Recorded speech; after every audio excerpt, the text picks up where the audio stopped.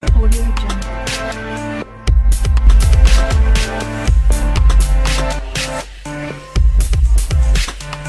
Audio Jungle.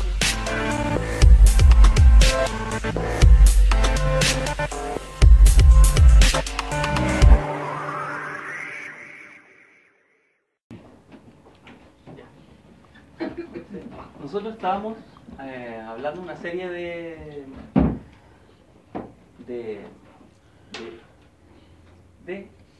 sectas, esa es la palabra. No sé si tenían la palabra. Doctrinas de demonio. Comenzó así, ¿no? Sí, pero eso era lo del que venía el año pasado. Entonces partimos con que era. Me pone nervioso para estar con las fotos. Haciendo comentarios. Pero está grabando. Tenés que borrar,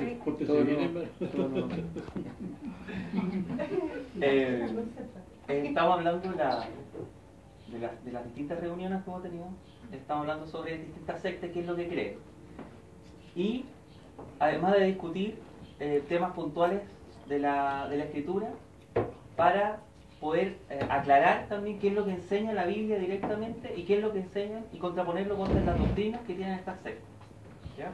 Partimos hablando del catolicismo, estuvimos ahí casi la mitad del año hablando del catolicismo.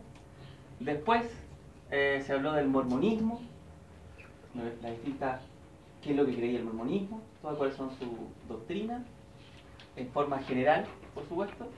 Y hoy día vamos a partir con lo que son los testigos de Jehová. Ahí de hecho vamos más o menos siguiendo ese orden, ¿verdad? Debería ser católico, mormón, testigo de Jehová. Y estamos haciendo una pregunta: ¿son o no son bíblicas estas sectas o estos grupos? ¿Ya? Entonces vamos a partir con la pregunta: testigos de Jehová y el protestantismo histórico. ¿En verdad no estamos entendiendo la escritura? Esa es la pregunta que me hago. No estamos entendiendo la escritura porque los testigos de Jehová enseñan algo completamente diferente a lo que entiende el protestantismo histórico y el cristianismo histórico. Y específicamente sobre la persona de Cristo. Vamos a empezar a trabajar un poco sobre cristología, ir profundizando sobre el tema cristológico en estas clases, mientras vamos hablando en paralelo qué es lo que enseñan los testigos de Jehová. ¿Ya? Y nosotros estamos basando estas talleres en los cinco solos que tiene el protestantismo histórico, que es la sola escritura, fe, gracia, solo por Cristo y solo a Dios gloria. ¿Ya? En el catolicismo, cuando estuvimos hablando del catolicismo, vimos varias veces distintos puntos. Hoy día vamos a hablar sobre la escritura, y especialmente vamos a estar hablando mucho sobre la escritura, porque es un tema que especialmente los testigos de Jehová apuntan, que ellos se autodenominan como las únicas personas que están entendiendo correctamente la escritura. Entonces hoy día vamos a partir con introducción a los testigos de Jehová y a su organización. Vamos a hablar un poquito de la organización de la Atalaya, la sociedad de la Atalaya, así se llama, ¿ya?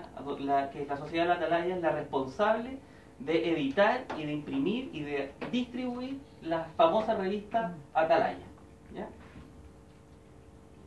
Entonces hoy día la introducción, o sea, el índice que vamos a hablar hoy día es la introducción de los testigos de Jehová, y vamos a hacer estas dos preguntas. ¿Quiénes son los testigos de Jehová?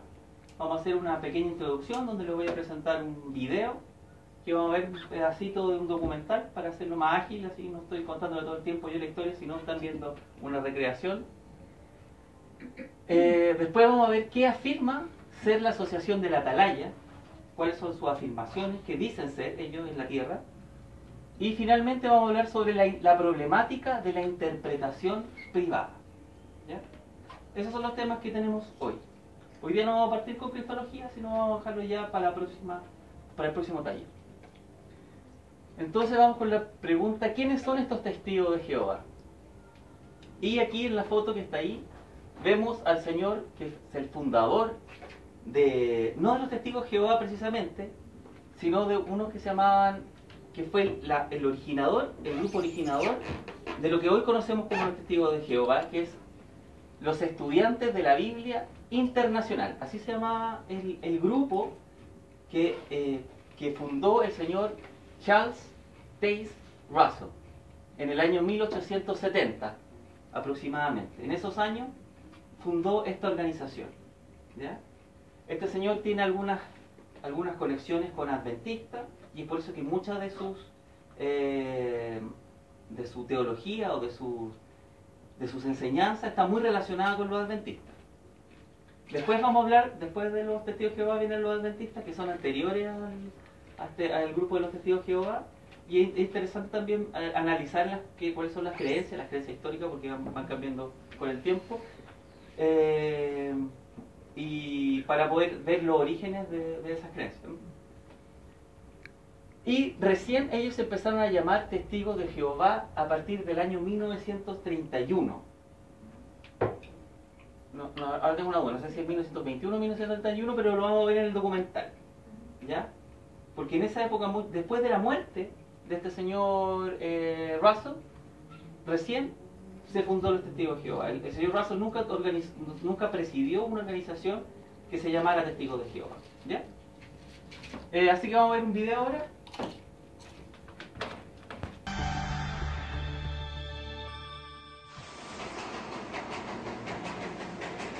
En un día de otoño en 1916, un anciano se accidentó en un tren que cruzaba Texas, cerca de Pampa. Con gran dolor pidió a sus compañeros de viaje que lo envolvieran en una toga romana. En lugar de ello, un portero desgarró la sábana de un parto y la puso sobre él. Segundos más tarde, el anciano dio su último respiro. Así murió Charles Taze Russell, quien hacia finales del siglo XIX fundó lo que se conoce alrededor del mundo como la Organización de los Testigos de Jehová. Charles Taze Russell fue educado en una familia presbiteriana y es interesante que cuando era niño su madre lo animó a ingresar al ministerio. Parece que a los 16 años de edad se encuentra con un no creyente que lo hace pedazos en su debate. Y lo mejor que puedes decir de la literatura que tienes es que involucra la idea de un castigo eterno y el infierno. Entonces, uno de sus amigos dice que mientras esas doctrinas estuvieran en la Biblia, Charles Taze Russell no podrá aceptar la Biblia y lo que fue dicho. Entonces terminó tirando toda la doctrina cristiana a la edad de 17 años. Él tiró su Biblia también. Durante esos años experimentó con diversas religiones. Él escucha a un segundo adventista de quien él aprende que el hombre no tiene un alma, el hombre es un alma. Y eso responde a la pregunta que, si no hay nada que sobreviva a la muerte, entonces, ¿qué sería castigado? ¿Cómo podría haber un castigo? Y en segundo lugar, lo malo sería aniquilado, así que no habría ningún castigo eterno. Una de las razones por las que simpatizó con los adventistas fue porque ellos negaban la doctrina del infierno. Ellos enseñaban que el infierno era la tumba común de los mortales. Su intensa aversión a la doctrina del infierno, como la enseñaban en las iglesias, y la reciente convicción de que la Biblia no la enseñaba, obligó a Charles Taze Russell a organizar la Asociación Internacional de Estudiantes de la Biblia, en 1872. Su propósito era refutar el infierno y enseñar un nuevo concepto, la invisible segunda venida de Cristo. Russell promovió con vigor estas doctrinas. Charles Taze Russell se interesó mucho en la profecía bíblica de los adventistas y propuso la fecha de 1874 como el tiempo en que Cristo estaría presente espiritualmente en la tierra, y luego 1914 como la fecha en la que Cristo establecería su reino en la tierra. Mantengamos en mente el gran hecho bíblico. La gente empezó a aglomerarse para escuchar a este nuevo predicador. Russell proclamaba que él era escogido por el Señor Jesucristo para ser un mensajero a las iglesias, y no desaprovechó el tiempo al ridiculizarlas, acusándolas de vergonzosos errores y desviaciones de la fe bíblica. Fue un mensaje que dio en el blanco para muchas personas, y él recibió numerosas invitaciones para predicar. Para Russell, por supuesto, esto significó una gran oportunidad para extender su mensaje. Pronto se embarcó en una gira nacional de conferencias que lo instituyó como un respetado líder espiritual. En 1879 estableció la compañía editorial Sion, que empezó a imprimir mensualmente La Torre del Vigía de Sion y Heraldo de la Presencia de Cristo. 5 años después, en 1884, la Sociedad de Tratados y la Torre del Vigía de Sion se organizó como corporación. Más tarde se cambió su nombre a Sociedad de Biblias y Tratados de la Torre del Vigía. En 1909, a la sombra del puente de Brooklyn, Russell estableció el cuartel general de la sociedad en Brooklyn, Nueva York, donde permanece hasta hoy. Fue nombrado Bethel, la casa de Dios. Este fue el comienzo del movimiento de los Testigos de Jehová, con Charles Taze Russell como presidente.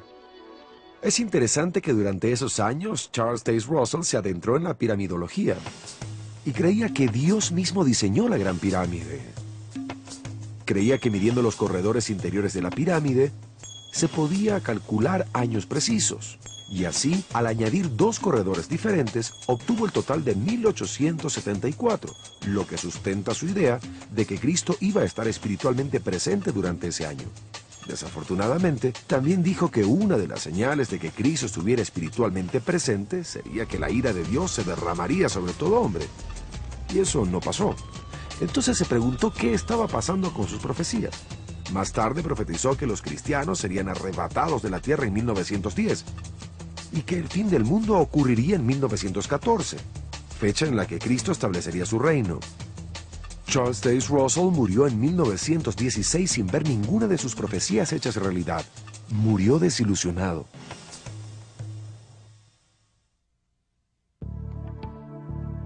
El juez Rutherford se posesionó de la Sociedad de la Torre del Vigía después de la muerte de Charles Taze Russell. Él creció en un hogar bautista, pero como a Charles Taze Russell, a Rutherford le disgustaba la doctrina del infierno. En esos años era un vendedor de enciclopedias, después fue abogado, y un día cuando ejercía leyes, mira entrar a un testigo de Jehová, quien le vende los libros de la sociedad. Y Rutherford termina convirtiéndose en testigo de Jehová. En realidad termina siendo el asesor jurídico de los testigos de Jehová. Joseph Franklin Rutherford nació en una pequeña finca en Missouri. Después de la universidad y de algunos trabajos peculiares, logró posicionarse como reportero de la corte y poco después se le autorizó a ejercer leyes. Algunas veces se le solicitó sustituir a otros jueces. Rutherford desempeñó esta tarea solo 3 o 4 veces, lo suficiente para ser llamado el juez Rutherford o solo el juez. Cuando el juez Rutherford tomó la organización fundada por Russell, no desaprovechó el tiempo para introducir nuevas enseñanzas y perspectivas. Poco a poco, comenzó a reemplazar los escritos de Russell con los suyos propios, enfatizando el Antiguo Testamento, más que el Nuevo Testamento. Rutherford predicó la inminente y devastadora batalla de Armagedón. El libro, El Misterio Terminado, predijo que en 1918 Dios destruiría todas las iglesias y sus millones de miembros, y que para 1920 cada nación se sumaría en la anarquía. Cuando esa predicción fracasó, Rutherford cambió la fecha a 1925 en un nuevo libro titulado Millones que ahora viven no morirán jamás. En sus escritos, incluso fue tan lejos como para rechazar la teoría de la Gran Pirámide de Russell y otras de sus doctrinas. Por ejemplo, tiempo atrás, Charles Taze Russell afirmó que Cristo estuvo espiritualmente presente en 1874. Rutherford desechó eso y dijo que Cristo se hizo espiritualmente presente en 1914. El problema es que la Sociedad de la Torre del Vigía siempre ha dicho ser un profeta de Dios. Los profetas no cambian de opinión, y aún en los inicios de la Sociedad de la Torre del Vigía observamos cambios cruciales en la doctrina bíblica y en la profecía bíblica. Según Russell, el nombre Jehová era usado en forma muy mínima. Él solamente la usó como otra publicación bíblica. Normalmente lo usaría. Quiero decir que no era un convenio usarlo. Era usado, pero no como lo es hoy. Ahora, ¿de dónde salió el cambio? El cambio en el uso del nombre divino ocurrió inicialmente bajo el cargo de Rutherford como presidente. Todo era Jehová.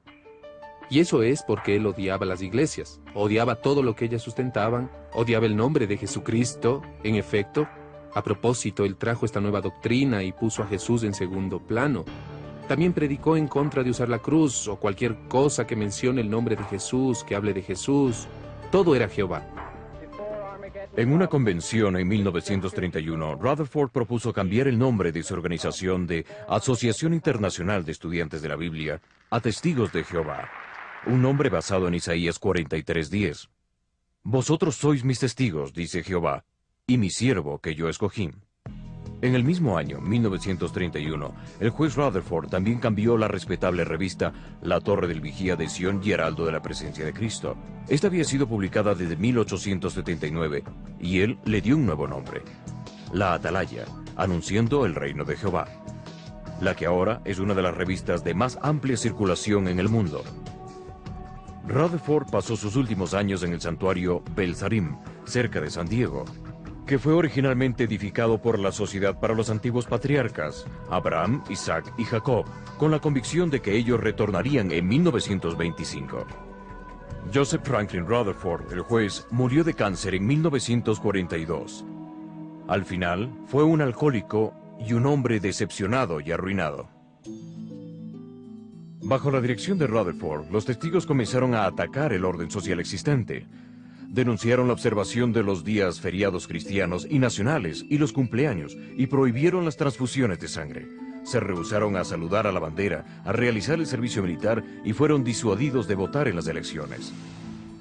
Aún hoy, a los testigos de Jehová no se les permite involucrarse en estas actividades bajo la amenaza de ser expulsados de la organización. La membresía declinó. Para revertirlo, Rutherford apremió a sus seguidores a reclutar agresivamente, de puerta a puerta. Con altoparlantes en los autos, los testigos de Jehová manejaban por los vecindarios, tocando el mensaje de Rutherford de fuego y juicio para el resto de religiones y el mundo político. Por medio de estos esfuerzos intensos, mucha gente fue atemorizada en los pliegues de la Sociedad de Biblias y Tratados de la Torre del Vigía.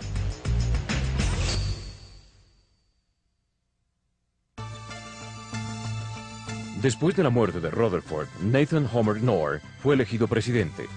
Nacido en 1905, se unió a los testigos como adolescente y ascendió hasta llegar a esa dignidad. En ciertos aspectos, el periodo de Knorr no fue tan colorido como los de sus predecesores. En realidad, tuvo muy poco atractivo personal y carisma. Mientras Russell fue el pastor severo y Rutherford el juez déspota, Knorr fue el hombre de negocios y organizador consumado. Frío, rudo, impersonal, calculador. A inicios de 1940, Knorr estableció la Escuela Bíblica de la Torre del Vigía de Galad, en South Lansing, estado de Nueva York. Su misión era clara: entrenar misioneros a tiempo completo para llevar el mensaje de la Sociedad de Biblias y Tratados de la Torre del Vigía más allá de la frontera nacional, a otras partes del mundo. No faltaron estudiantes a pesar del enorme sacrificio personal. La carta de aprobación de la escuela no deja dudas.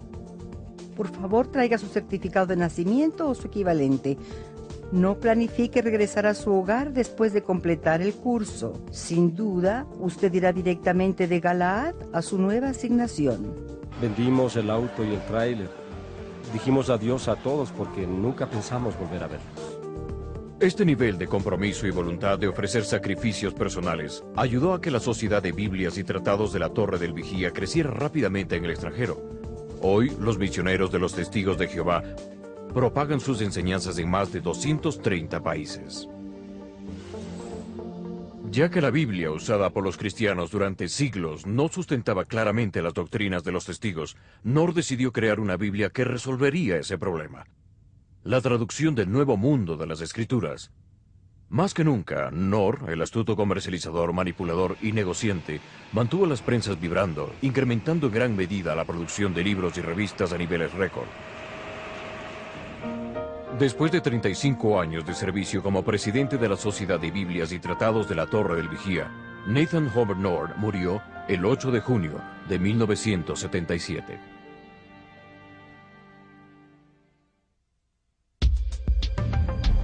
Después de la muerte de Nathan Knorr, las riendas pasaron al entonces vicepresidente Frederick W. Franz, ya a su edad de 80 años. Él nació en 1893 en Kentucky y se unió al personal de la Torre del Vigía en Brooklyn en 1920. Más tarde, Franz ascendió a la posición de vicepresidente y sirvió bajo Nathan Knorr. En contraste con Knorr, Frederick Franz era visto como el guía espiritual, el teólogo conductor, el profeta, el líder ideológico. Se cree que Franz fue el principal autor de la traducción del Nuevo Mundo y en gran parte responsable de su contenido. Veían a Fred Franz como el oráculo. Esa fue la palabra que usaron los miembros del cuerpo gobernante. Fred Franz era el oráculo. En la presidencia de Knorr, Fred Franz tenía el control de toda la literatura que se publicaba. Él era visto como un gran intelectual. Se suponía que Franz dominaba alrededor de 13 idiomas diferentes. A pesar de que la senilidad obligó a Franz a retirarse de un rol activo en los 80s, él permaneció como presidente hasta su muerte en 1992 a la edad de 99 años.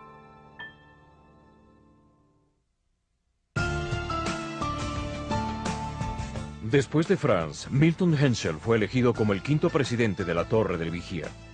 Cuando Milton Henschel fue ascendido a la presidencia, el cuerpo gobernante, un comité central y supremo de liderazgo, había incrementado su rol de dirigencia, reprimiendo el poder del presidente y creando una enorme burocracia. En octubre del 2000, la Sociedad de Biblias y Tratados de la Torre del Vigía sufrió una reestructuración. A ningún miembro del cuerpo gobernante se le permitiría liderar una corporación legal. La resolución puso fin a la presidencia de Milton Henschel, quien, como todo presidente posterior a Rutherford, era miembro de este cuerpo. Don Adams, quien no era asociado al cuerpo gobernante, fue elegido para presidir la corporación legal solamente en el campo administrativo. Toda responsabilidad de los aspectos religiosos y eclesiásticos del trabajo de los testigos de Jehová a nivel mundial pasó de lleno a manos del cuerpo gobernante, terminando efectivamente el estilo de liderazgo dictatorial de Russell, Rutherford y Knorr. Pero la idea es que vean cómo fue cambiando a través del tiempo la organización misma del Testigo de Jehová. ¿Qué es lo que vamos a hablar hoy día? ¿Qué es lo que afirma ser la asociación de la Atalaya? Que es la asociación que decía Watchtower, todos los edificios arriba, eso significa Atalaya en inglés. O sea, eso significa Watchtower en inglés. Atalaya, ¿no? ¿Lo dije bien? No sé si lo dije en orden correcto. Ellos creen en general que la Biblia no se puede entender por sí sola, por lo que se debe contar con una especie de ayuda, como llaman ellos, de la sociedad de la Atalaya o sociedad Watchtower, para entender o interpretarla. ¿Ya? Los testigos de Jehová creen que Dios mismo personalmente instituyó la sociedad de la Atalaya como representante visible en la tierra. Esas son sus doctrinas.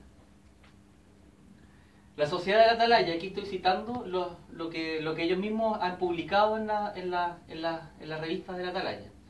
La sociedad de la Atalaya es la mayor corporación del mundo, porque desde el tiempo de su organización hasta ahora, el Señor ha utilizado su canal para que a través de él sean dadas las buenas nuevas. ¿Sí? Por supuesto que cuando leemos esto, después que hemos revisado la historia, la credibilidad que puede tener esto no es mucha. Pero las personas que leen no tienen por qué saber quién fue el primer, qué era las doctrinas que se enseñaban en los años 1800, que calculaban que Cristo iba a llegar haciendo piramidología. Ese tipo de cosas no las saben. También dicen que la organización de Jehová tiene su puerta visible en la tierra que representa al Señor y está bajo su dirección y supervisión. ¿Ya? Se espera que los testigos de Jehová obedezcan a la sociedad de la Atalaya como si fuera la viva palabra de Dios. Ellos no utilizan esta revista simplemente como para poder, así como alguien toma el libro de Matthew Henry o toma un devocional como el Pan de Vida y lee, claro, porque son devocionales, así no se lee la Atalaya. La Atalaya es la palabra de Dios misma, prácticamente. Está por sobre la Biblia. Entonces, por ejemplo, acá dice, debemos reconocer no solo a Jehová Dios como nuestro Padre, sino que a su organización como su madre. Esos son textos que sale de la Atalaya. La sociedad de la Atalaya dice que ellos son el siervo fiel y prudente que se presenta en Mateo 24 del 45 al 47. Me gustaría que leyéramos ese versículo. Puso su Señor sobre su casa para que les dé el alimento a tiempo. Bienaventurado aquel siervo al cual cuando su Señor venga le halle haciendo así. De cierto os digo que sobre todos sus bienes le pondrá. ¿Hasta el 47 leyó? Sí. Sí. También habla está el siervo prudente y hay otro siervo más. Dice que está el siervo, no me acuerdo cómo le llama. Está el fiel, claro, está el fiel y prudente y hay otro Porque habla de dos. Siervo malo. Claro, el siervo malo. Sí, aquí dice. Pero Ellos dicen que ese otro siervo representa todo el resto de las demás iglesias cristianas. Muy similar a la doctrina que tienen los mormones, como que son apartados, que están todas las demás equivocadas y ellos son los únicos que tienen la verdad, ¿ya? Y esta verdad llega a través de la atalaya.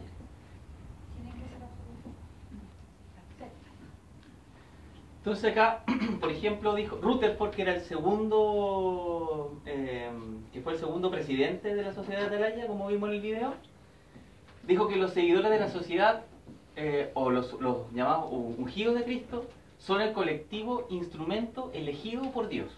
¿Ya? En Mateo 24, del 45 al 47, debería decir, claramente presenta que el Señor solo usa una organización. Eso es lo que dice el señor Rutherford. Y no una multitud de diversas sectas en conflicto para difundir su mensaje. El siervo fiel y prudente es una compañía que sigue el ejemplo de sus líderes. ¿Ya? Eso es lo que dice. Ellos dicen que Jesús no puede tener una serie de distintas iglesias, por ejemplo un bautista, un presbiteriano, una unión de centros bíblicos, unos hermanos libres, para hablar su palabra, ¿ya? Sino que, y más todas las distintas, qué sé yo, están los presbiterianos del norte, del sur, del centro, de todos lados, distintas organizaciones. Y dice él que eso no lo eligió Dios, no eligió este desorden, por así llamarlo, sino que una organización que diera ese mensaje en forma limpia y directa, ¿ya? Eso es lo que defiende estos señores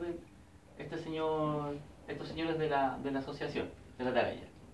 También afirman que es el único canal de comunicación de Dios con su gente.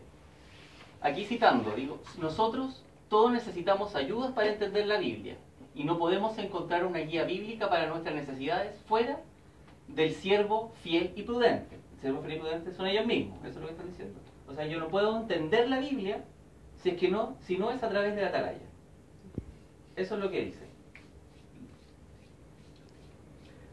Los testigos de Jehová deben obedecer las enseñanzas que vienen de la asociación de la Atalaya y estar sometidos completamente a ellos. Ellos no son libres de pensar. De hecho, los testigos de Jehová no piensan por sí mismos. Ellos están completamente sometidos a lo que diga la organización. Y es por eso que no hacen transfusiones de sangre, y es por eso que no van a votar, como decía en aquel video, porque están completamente sometidos a lo que dicte esta organización. ¿Ya? Esta organización está por sobre cualquier nación. Y una de las citas, por ejemplo, de la Atalaya dice: peleen contra el pensamiento independiente. Es el consejo que les da la Atalaya. No piensen independientemente, ¿ya? Sean buenos siervos y crean lo que dice la Atalaya, ¿ya? Que es la organización que es siervo fiel y que entrega una doctrina clara. Entonces aquí dice: Dios no preparó su palabra para ser dicha independientemente o para hablar fuera de la verdad viva por sí misma. Es a través de su organización que Dios proveyó su luz. ¿Ya? Estamos hablando todo esto de lo que dicen ellos y afirman. Y se basan en 2 de Pedro 1 del 20 al 21. ¿Quién puede leer 2 de Pedro? Entendiendo primero esto, que ninguna profecía de la Escritura es de interpretación privada, porque nunca la profecía fue traída por voluntad humana, sino que los santos hombres de Dios hablaron siendo inspirados por el Espíritu Santo. Entonces ahí dice que no está prohibiendo la interpretación privada. Entonces ellos afirman en ese versículo y dicen que tú no puedes leer la Biblia porque ahí dice que no se puede interpretar de forma privada la Escritura, ¿ya? Entonces necesita una guía. Esa es la conclusión. Después vamos a ver al final, vamos a ahondar un poquito más en el versículo, en esos versículos. Vamos a leer, ya leímos 2 Timoteo, no lo leímos. Vamos a leer 2 Timoteo 3, del 16 al 17, que son versículos clásicos. 3, 16 al 17. El versículo clásico que habla sobre qué es la escritura. Morman, vamos, ¿quién la encontró? ¿Marcando? Toda la escritura es inspirada por Dios y útil para enseñar, para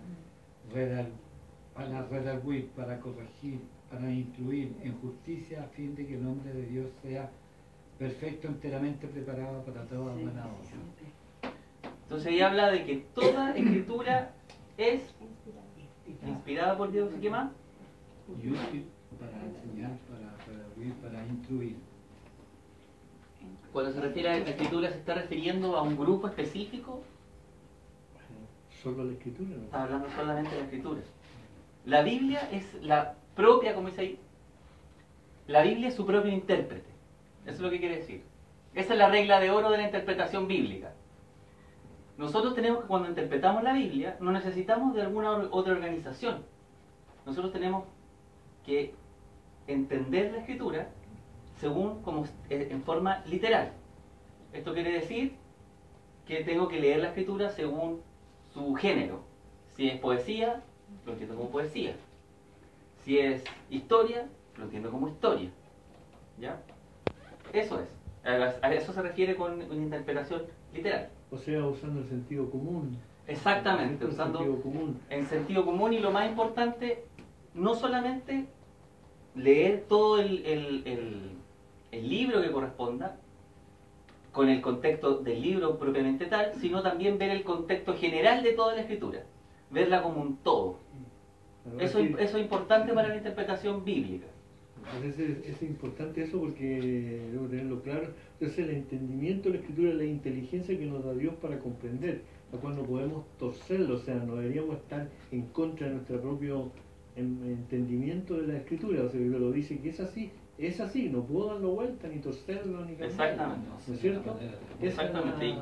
Y si por algún problema de interpretación, porque también hay problemas de interpretación, la Biblia también puede ser muy fácil como para que lo pueda entender un niño. Claro. Un niño puede entender perfectamente la Biblia, pero también tiene mucha profundidad, tiene partes que son de muy difícil interpretación, y se requiere saber el contexto histórico en que está ocurriendo, ¿no es cierto?, para poder tener una correcta interpretación y un correcto significado. Aunque si yo lo leo en forma plana, yo puedo entender de qué está hablando.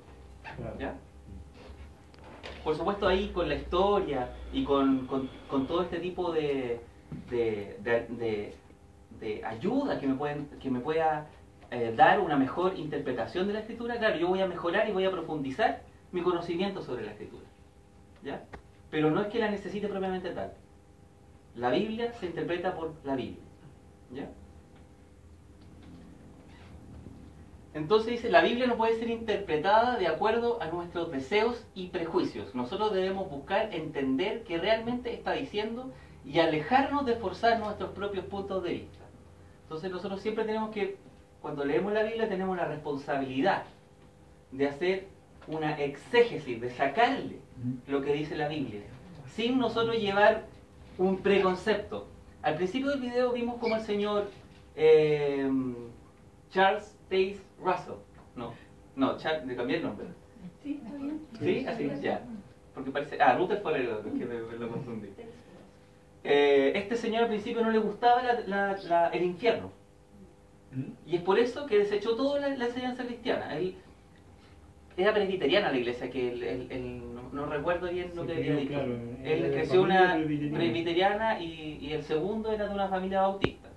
Todos venían de una familia, de una crianza cristiana, pero él rechazaba la enseñanza del infierno. A él no le gustaba la enseñanza del infierno, entonces simplemente porque a él no le gustaba la enseñanza del infierno, desechó toda la escritura. Y empezó a ponerle de su propia cosecha, por así decirlo, lo que él quería que dijera la escritura. Y eso ya es falso de entrada. Y por supuesto que cuando una persona que tiene personalidad, ¿no?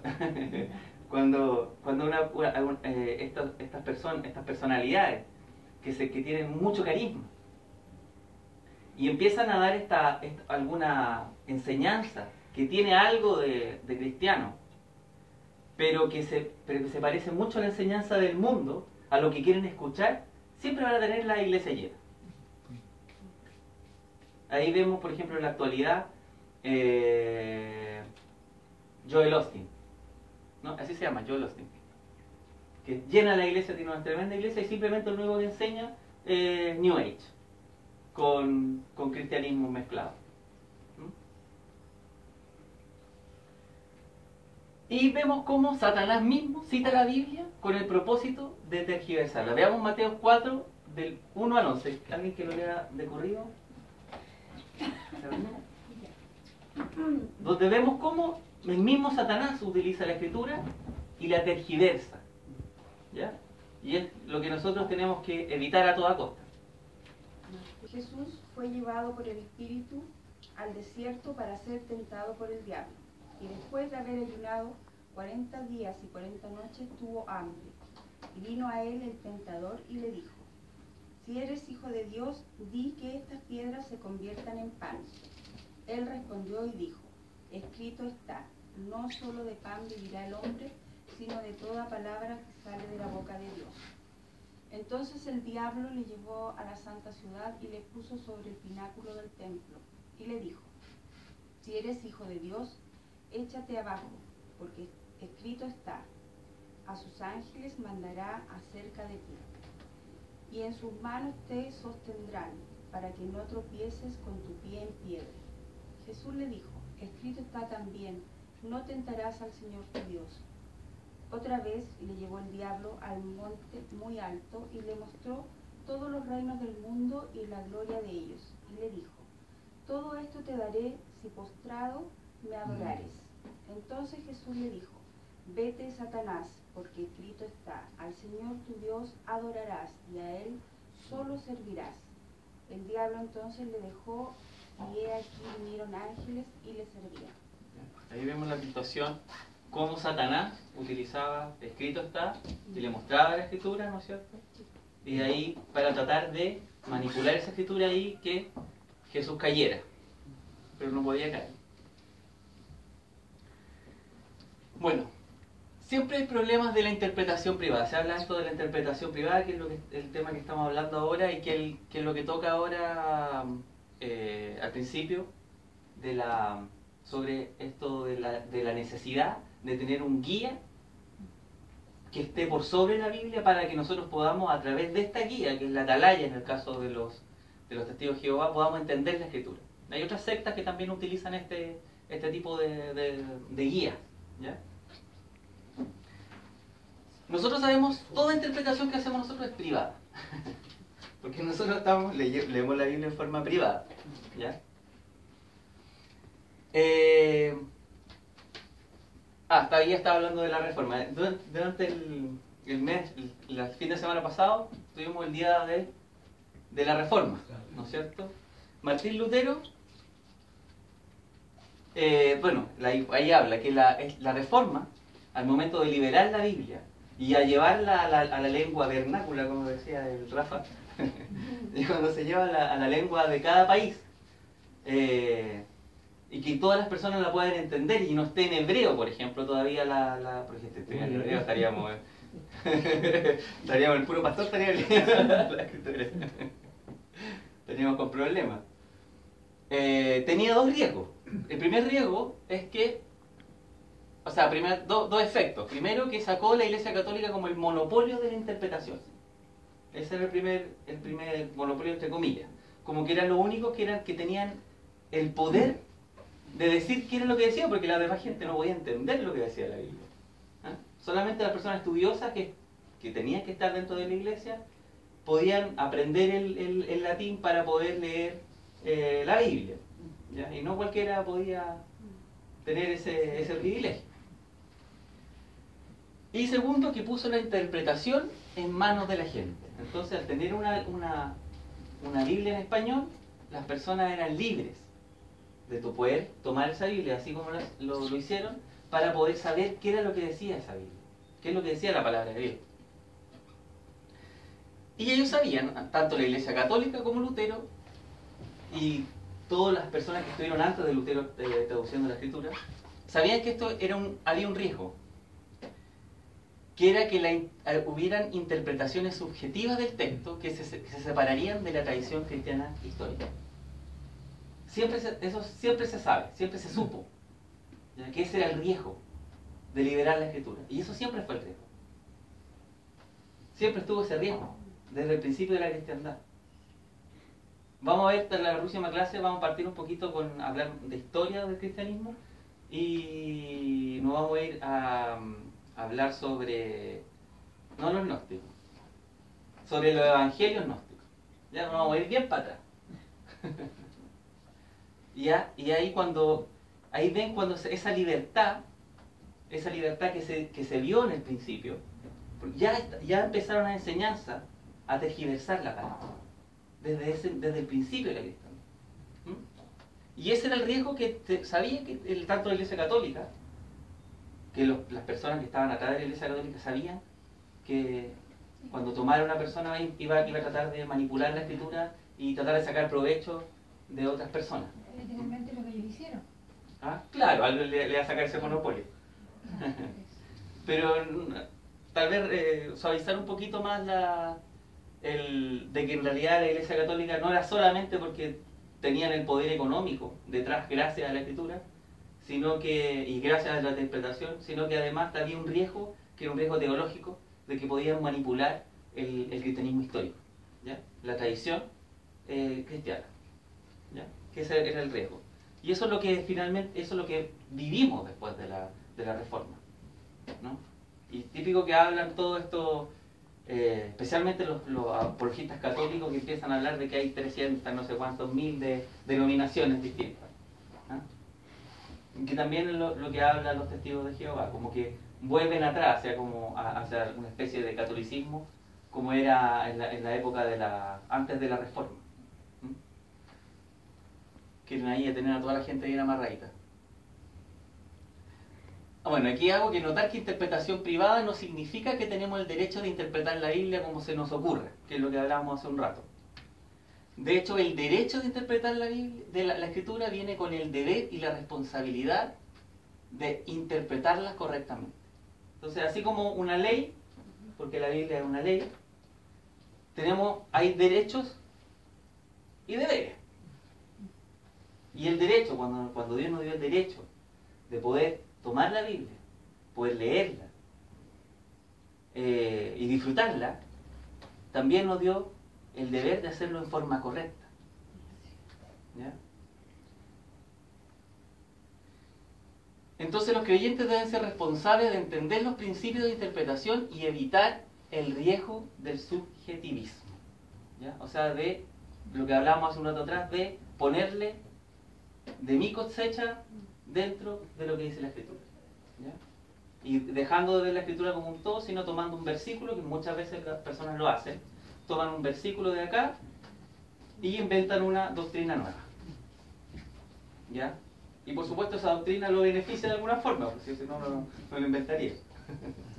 O sea, hermano, todo el mundo hace una interpretación privada. ¿A qué se refiere Pedro con esto de que no hay que hacer interpretación privada? Vamos a leer, bueno, ahí está, yo lo voy a leer. Segunda de Pedro no está en la pantalla, ya lo leímos también. Así que dice: tenemos también la palabra profética más segura, a la cual hacéis bien en estar atentos como una antorcha que alumbra en lugar oscuro, hasta que el día esclarezca y el lucero de la mañana salga en vuestros corazones. Entendiendo primero esto, que ninguna profecía de la Escritura es de interpretación privada, porque nunca la profecía fue traída por voluntad humana, sino que los santos hombres de Dios hablaron, siendo inspirados por el Espíritu Santo. Es lo que hablaba el hermano Gabriel. ¿A qué se refiere con esa escritura de interpretación privada? La palabra ahí, en griego, significa desatar, que esto no es de origen humano, que es lo que aclara en el versículo siguiente. Que esto no es algo que el hombre puede sacar, sino es algo que el Espíritu Santo dio a través de los hombres que hablaron por Dios. La escritura con el señor que estaba en el video, que es el señor Rhodes, y también la grande doctrina de la Biblia de el señor R.C. Sproul y Carl. ¿Cuál es